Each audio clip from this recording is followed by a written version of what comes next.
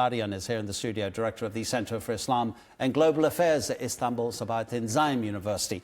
Sami, thanks for coming in. I mean, this repetition of a threat to Hamas leaders wherever they are, considering that there's a special summit happening in Doha, Arab and Islamic leaders are discussing Israel's regional aggression, and here's Benjamin Netanyahu saying, yep, I'm going to do it again. That's arrogance at its height. There is nothing surprising here because they have been given a green light by the U.S. administration. This is not something that Trump says that he doesn't like. He doesn't like that it wasn't successful. But he has green lighted it into Doha, and it seems that there is nothing that deters them from doing it again. There is so much here that much of the world can't understand how the Americans are allowing their great ally Israel to get away with. We've talked about this, the attack on other countries. They've attacked Yemen, the Israelis. They've attacked Iran. They've attacked Lebanon. They've attacked Syria. Tunisia as well. And then there's the annexation policies, the expansionist policies in occupied territories. Where exactly does the Arab world fit in with its ally, the United States, which is allied with its, can't say quite enemy, but a country it just can't trust anymore, Israel? Unfortunately, the Arabs are not allies. For America, the Arabs are just client states. They are just a credit card that they can get whatever they want to invest in the U.S. economy, that they have the petroleum, basically the oil, the petrodollars at their disposal. But there is a lot of bark coming out of Doha, but no bite. And it has been since eternity. I mean, let's go back to 1982 invasion. The same thing happened. In 1982, Israel invades Lebanon.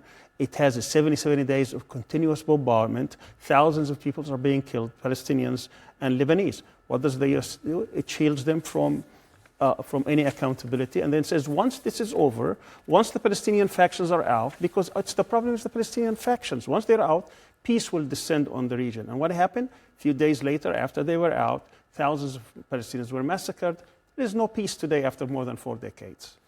What do you think the more medium-term implications are for Donald Trump's administration as he sets almost a kind of a reset almost of U.S. policy towards its Middle Eastern allies? Because, Sami, as we know, in Doha, a lot of countries are going to be talking privately about whether they need to rethink their relationship with the U.S., especially in terms of security, not necessarily trade.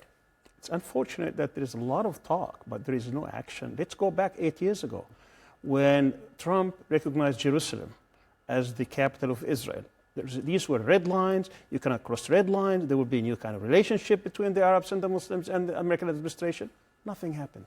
The problem here is that most of these countries are not independent, are not sovereign, that they have been, the U.S. has lots of leverage and cards against them. It can destroy the economies. It is promising them protection, promising them military aid, and so on and so forth.